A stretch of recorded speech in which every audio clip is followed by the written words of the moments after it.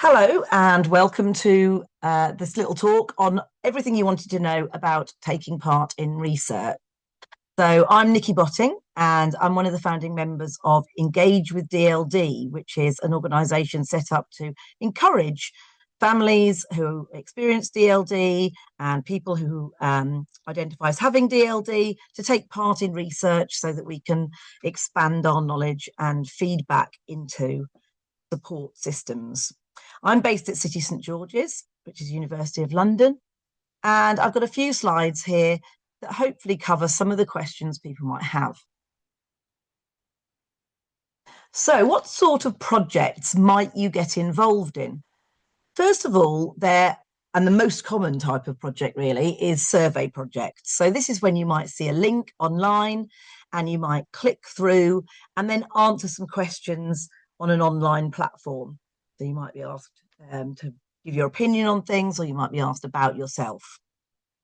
There are also task or game-based projects. So that's a bit like this picture here, where you might come into the university or you might come into another centre or various places, which we're going to talk about later, and complete tasks or game-based skills that show what you can do in different areas or what you find difficult in different ways, or just test out things that we're developing as researchers or that clinicians might be using in practice. And then you also might get involved in interview projects.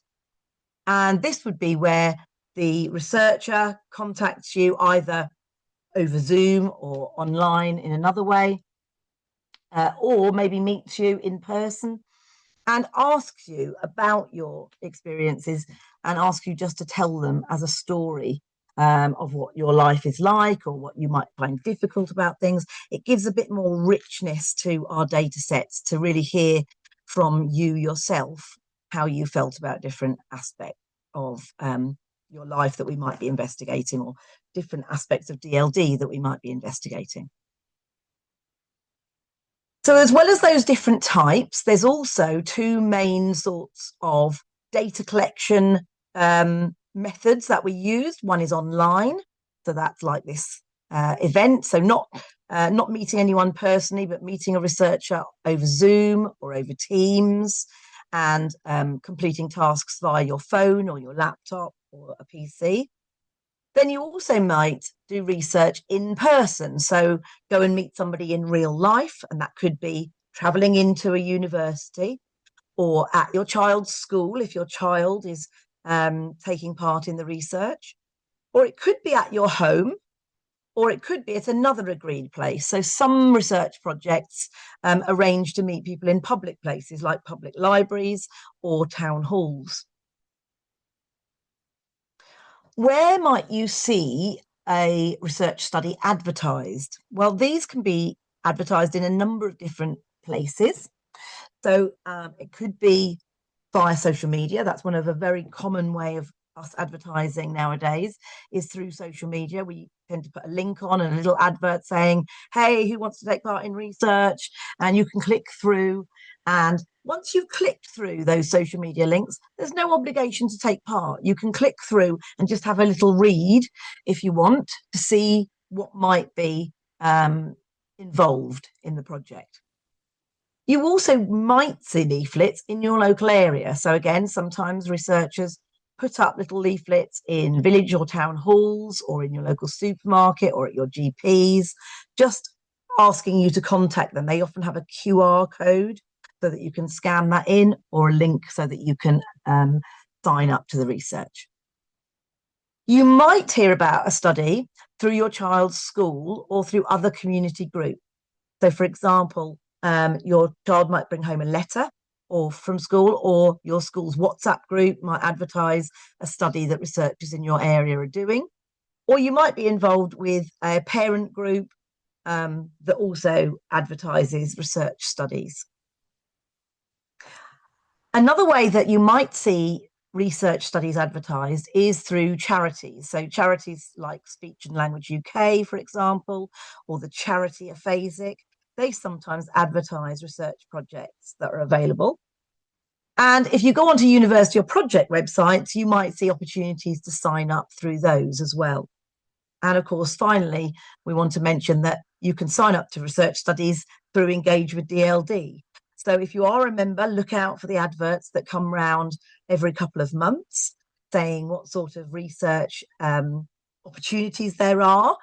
But also, if you're not a member, if you're listening to this and you're not a member of Engage with DLD, but you think you have a developmental language disorder, or you think your child might have a developmental language disorder, then do sign up using our webpage links. I'll put that in the chat later.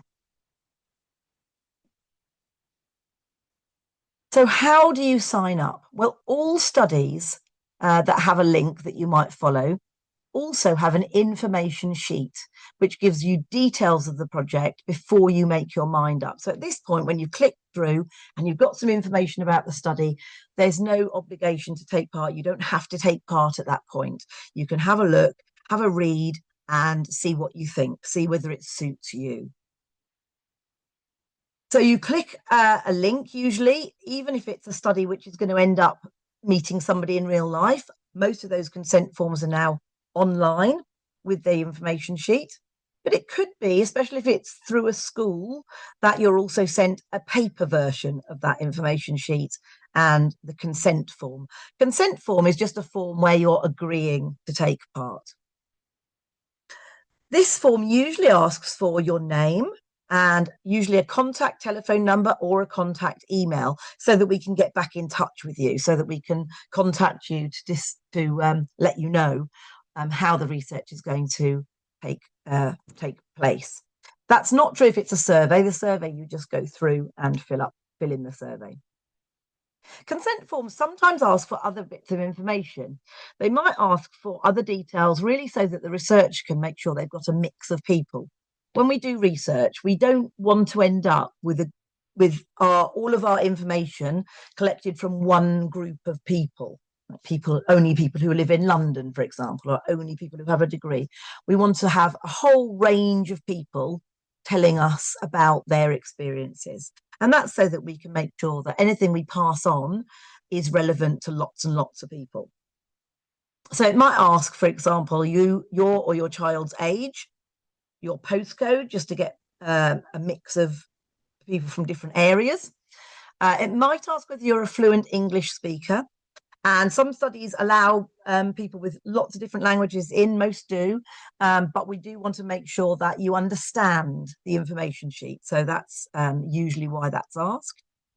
And they might ask other questions about your home life. So they might ask, for example, how many people live in your house, or if it's a study about your child, they might ask what school your child's at.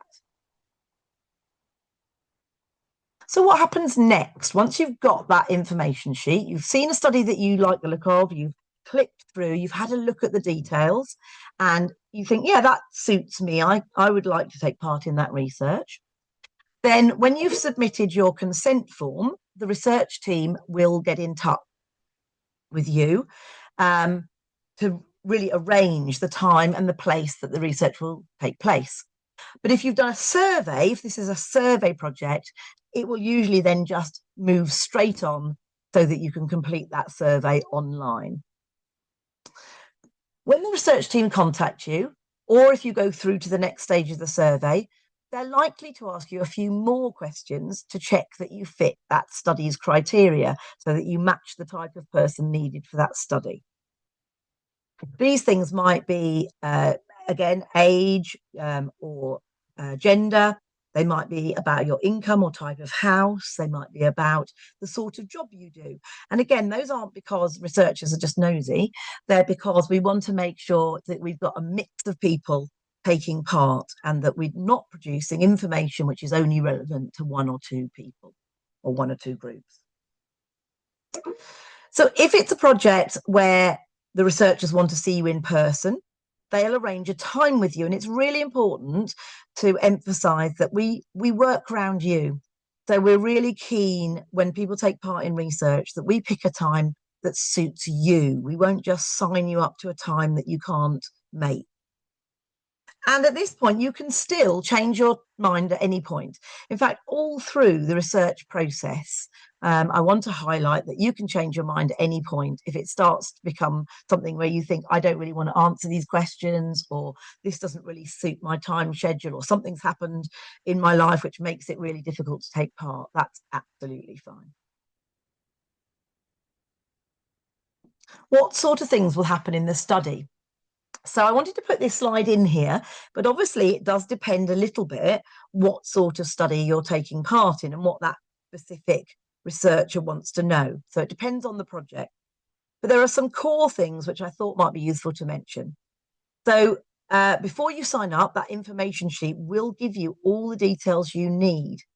If you don't understand what that information sheet's saying, and that might be because English isn't your first language, or because you're not reading isn't really your thing, or because some of the terms are too technical, then you can get back in touch with the researcher. There's always a contact on that letter to get back in touch with the researcher and the research team, ask them to read it to you or explain what's going on in the study, so that you can check. Or you could ask your friends to read it as well, or to help you sort of disentangle what it's about. And it's really normal and completely fine for people taking part in research to ask lots of questions about what's going to happen. So that's something we'd really encourage you to do. If you're thinking about taking part in a project but you're not quite sure, it's absolutely fine to contact the researcher and ask a few more questions, so that you really know what you're expecting. It doesn't commit you at that point. And usually individual research sessions are designed to take no more than an hour, but the information sheet will tell you that. So sometimes research studies have several sessions of an hour, but usually they don't expect you to take more than an hour in one go. But it really depends a little bit on the project. And again, the information sheet will tell you the details. And if it's not clear, get in touch with the researcher to check. So some of the things that could happen in a study are, as we've covered, it might be that you're just completing a survey online. Surveys usually allow you to complete some of the questions, so some sections at a time, and then come back later. And some, so they allow you to sort of be flexible about when you do it. You don't have to sit down and do it all in one go. And also you can stop answering the questions if you want. So if you sort of get halfway through a survey and you think, oh, I haven't got time to complete this, or I don't really want to answer these questions about my family, you can stop and not come back to it. But it's important to note that at that point, usually the answers you put in are already stored and they're already saved into the system. And quite often surveys are completely anonymous. So quite often surveys don't really store your name and address, or your name and your contact details, or anything about you that would allow us to find out who's stopped halfway. Other studies, you might complete talking and thinking tasks, either over Zoom or in person. And these might be tasks where you're trying to complete sentences, for example, tasks where you're talking about a story that you've got in front of you. They might be puzzle games. There's a whole range of different types of tasks that researchers sometimes use to pin down different skills that you've got, or different ways that you might find things difficult. And then if you're doing an interview study, the researcher might want to talk to you about your experiences of something. And I've been a bit vague there because interview studies vary on what they might want to talk about. So, for example, we've got a study going at the moment where we're asking people about their parenting experiences. What was it like to parent your baby, both in the COVID period and out of the COVID period, for example? But interview studies cross a really wide range of different topics. So if you've got questions about the sorts of questions that the researcher might ask, get in touch with them and ask for that before you start the study. Interviews could be online or in person, and they also could be individual or they could be in with a group of other people. And we tend to call those research methods focus groups, where you've got a bunch of other people, usually with similar experiences, and you're all chipping in and listening to one another as well. But again, ask the researcher if you're not sure. And if it's a focus group study and you'd prefer to do it individually, sometimes the researchers can accommodate that. They can change slightly what they do to make that suitable for you. So what won't happen? So no one will turn up unexpectedly at your home. This is sometimes things people worry about. If the information sheet says they're coming to your home, then that's different. But unless that's really clearly in the consent form and information sheet, it's not something that will happen. The second thing that won't happen is researchers won't judge how well you're doing as an individual. What we tend to be looking for is patterns across groups of people. And we're looking to see, in general, what do people find difficult here, so that we can learn about what the barriers are and what people's strengths are and improve things in everyday life. So either by helping teachers to make things better, or you're telling your GP about what people find difficult, or generally putting systems in place that make tasks easier. You don't have to do anything else after you've taken part. So once you've taken part and given your information in the study, the researchers do all the analysing and writing up. You don't have to be involved in the writing or the looking at other difficult bits of information.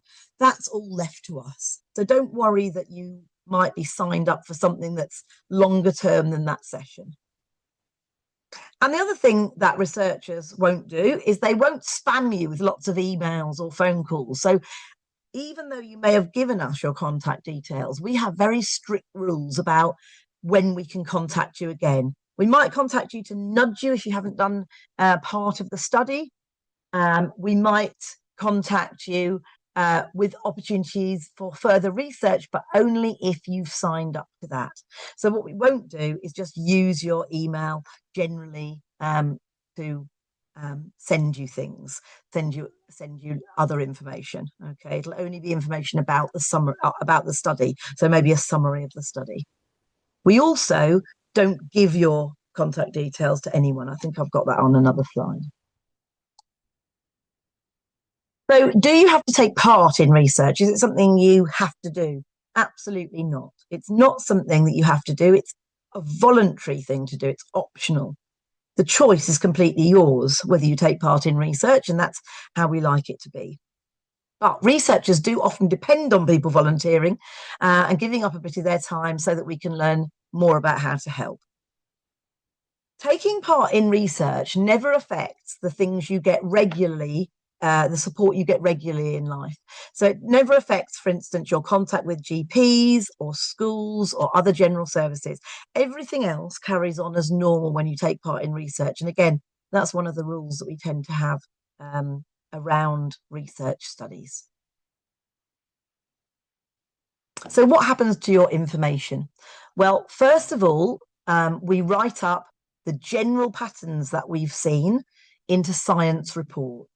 And they go out to other scientists, but they're often read by people who are meeting you, not you personally, but professions that may be relevant to you. So speech and language therapists, teachers, social workers, community workers, GPs, all read our scientific reports. We also sometimes write reports for organisations like charities, or occasionally for the government if they're trying to decide on a new policy. And we also sometimes share anonymous spreadsheets with other researchers. Other people doing research might look at the patterns of data that we've got. But the really important thing about all of those three elements of sharing is that your personal information is never shared. Okay, so we never put in our reports or our spreadsheets, we would never put your names or your contact details or any information that would allow people to spot who you are in that data. The only time we have to share data or have to share your personal information is if you tell us something where we think you or someone else in your family is at risk. So if you tell us something that we think is, could need some safeguarding actions. You might, in a research study, get to see your own scores, but this depends on the research study. So researchers sometimes will tell you what your scores are if we think they're useful and reliable and meaningful to you in real life. And that sometimes happens if we're using the sorts of assessments and tasks that other people, like your teachers or your speech and language therapists, will recognise. But sometimes in research, we're using brand new tasks and games that we've invented. And although those are useful to us, the scores are useful to us, they're not useful to you in everyday life. And those don't tend to get shared back to you.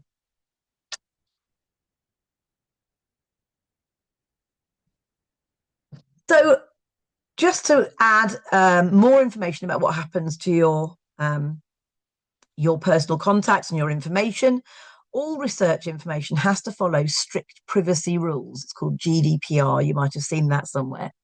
And these rules mean that we don't put your name, address, or email next to any information we collect about you. So you might have noticed that often, if you have taken part in research or if you're going to in the future, you get a study number or a participant number or sometimes an ID number, it's called.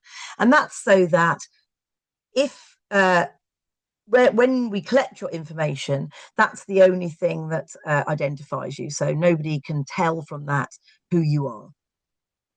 We have to keep all of your contact details in secure places. So, for example, if we've got a paper consent form with your name on, we have to lock that in a filing cabinet. Or if we put it into a spreadsheet, we have to make sure those are password protected. So nothing can be leaked out when you give us those contact information bits. We never mention, this is what I said before, we never mention anyone's name when we write up our reports. So names are all, really all the information is done as a group. So we might say 20% of people found this task difficult. If we mentioning things like your experiences, so for example, in an interview, we might ask you if we can quote you directly. So we say, oh, that's really lovely the way you've put that. Can we put that directly into a paper? But it still won't have your name or anything that identifies you next to it. So it'll be your voice, but it won't identify that you're the one who said that. And that means you can be as honest as you like in research interviews. So why might you want to take part in research? Obviously, we've said you're going to volunteer a bit of your time. So, why is that important? Well, one of the reasons for us at Engage with DLD is that learning more about developmental language disorder and other developmental characteristics needs volunteers like you, because we don't know everything that is good and everything that's challenging that you come across in your lives. So researchers need to hear from you about what's important to you and the sorts of ways that we might be able to help. We need a mix of people to take part. So if you're thinking, oh, well, somebody else will probably take part, or somebody else who maybe does the tasks better than me, or somebody else who can express themselves better, that's something which I'd really like to encourage you to sort of put aside, because what we really need is people with all sorts of skills, all sorts of backgrounds to take part in the research. And most people who take part in research tell us that they find it fun and that they enjoy helping adding to the scientific knowledge. So it makes people feel like they're putting something back into the system and that they're helping to change things for future generations. So that's the end of the presentation. You might have some questions that you want to raise, that you want to ask us. And at the end of watching this presentation, if you do, please do get in touch with Engage with DLD. We've got a website and we've got an email. And ask us other questions that I might not have covered in this talk. Thanks for listening.